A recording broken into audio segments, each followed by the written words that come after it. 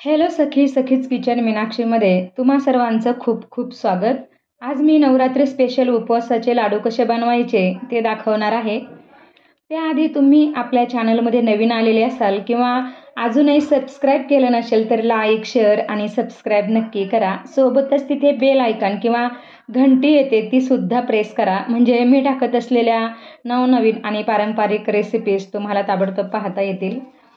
सुरुवातीला साबुदाणा भाजून घ्यायचा आहे. आपण साबुदाण्याच्या पिठाचे लाडू बनवणार आहोत. साबुदाणा एकसारखा हलवत तो चांगला फुलेपर्यंत हलका होईपर्यंत भाजून घ्यायचा आहे आणि मंद ते मध्यम गॅसवरच भाजायचा आहे. आणि गार झाल्यानंतर तो आपल्याला बारीक दळून घ्यायचा आहे. घरघंटीवर किंवा चक्कीवर दळला तर अजून चांगलं, म्हणजे लाडू सॉफ्ट होतात. परंतु हा थोडा साबुदाणा आहे त्यामुळे मी मिक्सरमध्येच बारीक करून घेणार आहे. साबुदाणा आपला इथे आता छान फुलला गेलेला आहे, अगदी व्यवस्थित भाजला गेलेला आहे. आता ह्याची मी मिक्सरमध्येच एकदम बारीक पावडर करून घेणार आहे. आता इथे मी साबुदाण्याचे 2 पेले पीठ मोजून घेतलेलं आहे. या पेल्याने मी पीठ मोजून घेतलंय. त्याच पेल्याने मी अर्धा पेला तूप घेतलेला आहे.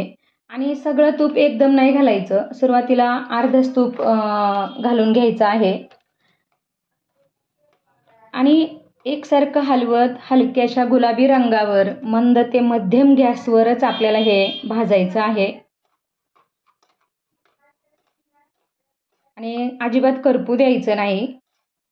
साबुदाणा छान भाजला आहे तरी पण आपल्याला पीठ सुद्धा चांगलंच भाजायचं आहे.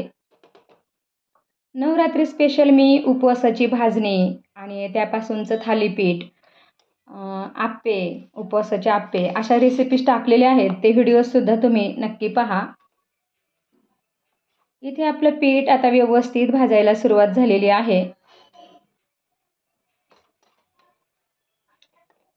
आणि छान असं ते भाजत आलेलं आहे. आता यामध्ये मी खोबरं किसून घेतलेलं आहे थोडंसं, अर्धा ते पाऊण पेला ते घालून घ्यायचं आहे. आणि पिठाबरोबरच ते भाजून घ्यायचं आहे. व्यवस्थित भाजलं जातं आणि नाही भाजलं तरी चालतं. खोबरं घातल्यामुळे लाडूची चव अजून वाढते आणि टाळूला पण चिटकत नाही. पीठ आणि खोबरं व्यवस्थित भाजलं गेलेलं आहे. आता ते आपल्याला थोडं कोमट होऊ द्यायचं आहे आणि नंतरच त्यामध्ये पिठी साखर मिक्स करायची आहे. मी 2 पेले पिठासाठी 1 पेला पिठी साखर घेतलेली आहे. काजू बदामाची पावडर करून घेतलेली आहे थोडीशी.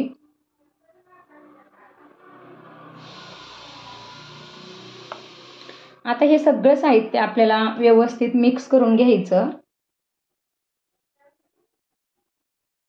आणि कोमट झाल्यानंतरच मिक्स करायचं आहे. आता जे उरलेलं तूप आहे ते घालून घ्यायचं, जसं लागेल तसं. पीठ बारीक असलं की लाडू छान वळता येतात, त्यामुळे पीठ शक्यतो बारीकच दळायचं. आता याचे लाडू वळायला घ्यायचे आहेत. आणि जर लाडू वळायला तुम्हाला कठीण वाटलं तर तुम्ही यामध्ये अजून थोडंसं तूप किंवा तूप नको असल्यास दुधाचा शिपका मारून लाडू वळले तरी चालतात. परंतु अर्धा पेला तूप 2 पेले पिठासाठी अगदी व्यवस्थित पुरेसं होतं. आपले लाडू छान वळले जात आहे आणि याचप्रमाणे मी सगळे लाडू बनवून घेणार आहे. आणि गरम असतानाच हे लाडू पटापट वळवून घ्यायचे. या मिश्रणाचे 12 ते 13 लाडू झालेले होते आणि लाडू खूपच छान झालेले आहेत. अगदी सॉफ्ट असे तोंडात टाकताच विरघळतील असे लाडू झालेले आहेत.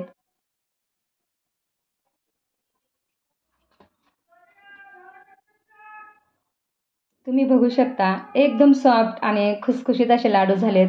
तुम्ही सुद्धा हे लाडू नक्की बनवून बघा. आणि खोबरं, काजू आणि बदाम घातल्यामुळे त्याची चव अजून वाढलेली आहे आणि खूप सॉफ्ट असे झालेले आहेत. जर तुम्हाला आजची ही लाडूची रेसिपी आवडली उपवासाच्या लाडूची तर व्हिडिओला एक लाईक नक्की करा. आपला चॅनल सबस्क्राईब करा आणि व्हिडिओला जास्तीत जास्त शेअर करा. Thank you. बाय.